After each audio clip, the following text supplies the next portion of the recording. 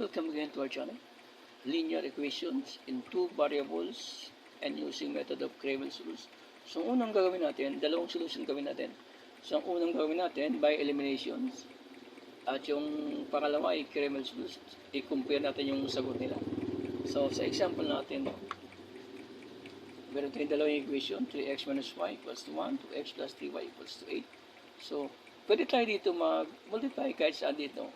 Pero mas maganda yung i-multiply natin with itong equation 1. Ito, tawag natin equation 1. So, multiply natin ito by 3. Bakit by times 3 tayo? Kasi kung multiply ito times 3, kasi formula natin, ma-eliminate natin si y. So, times 3 tayo dito. Times 3. 3 times 3x. So, magiging, hindi kasama ito times ito. O, maganda na lang. Yan, malit na. 3 times 3 is 9x. 3 times y is negative 3y. 3 times 1 ay 3. So, ito naman sa taas, equation 2, ay kukopya na lang natin siya. 2x plus 3y equals to 8. So, dito pwede natin siya ma-eliminate. Ito, ma-cancel na kasi 0 na to. So, ma-cancel natin siya. 0 na yan. So, ito, i-add natin siya. 9x plus 2x maging 11x. Ito, 3 plus 8 ay 11. Then, may limit si 11, mag-divide natin by 11 both side. So, mag-cancel si 11. So, x equals 11 divided 11 ay x equals to 1. So, may value na tayo ng x. Pwede tayo mag-substitute kahit sa alin dito. So, substitute tayo dito. Kahit 2, value ng x ay 1. Then, plus 3y. Huwag natin ngayon. 3y. 8. Then, 2 plus 3y equals to 8. So, lipat mo ito sa kabila. So, magbabawang siya is 3y equals to 8 minus 2. So, 3y, 8 minus 2 ay maging 6. Then, cancel, magpantay ng 3, both side, divide tayo ng 3.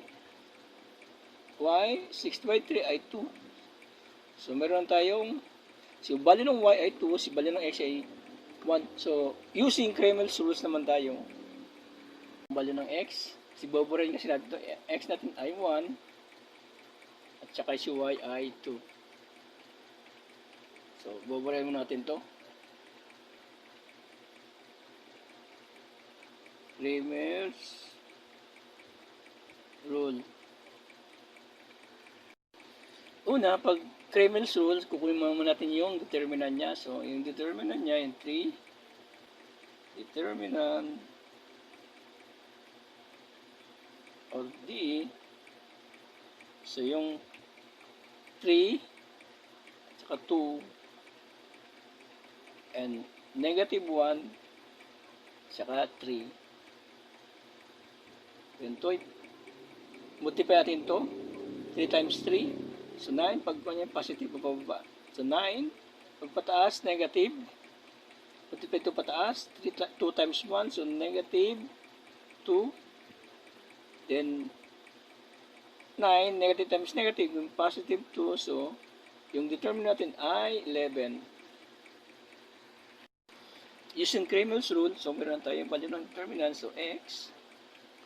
Pwede tayo mag-start kay x or pwede kay y. So, start tayo muna kay x. X ay, so 1 at saka 8. 1 and 8.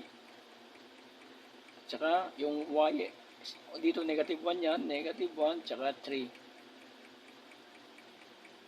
Over determinant. So, dito yan. Yan.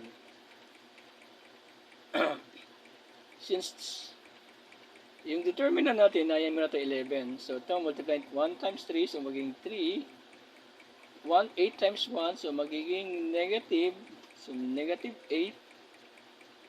So, negative times negative, so magiging positive na siya. 8. So, over 11. So, 3 plus 8, 11 over 11. So, 11 divided 11 ay 1. So, baliw natin ng x ay 1. So, parehas lang doon. So, check. So, in y naman, y. Baba natin konti. Yan. So, ang determinant natin ay, diretso natin. Ang determinant na 11. So, 11. So, y. Ito kay y. Start kay x. 3x. 3, so 2, then si 1, tsaka si 8. So, yun. Over 11, so multiply into 3 times 8, so 24.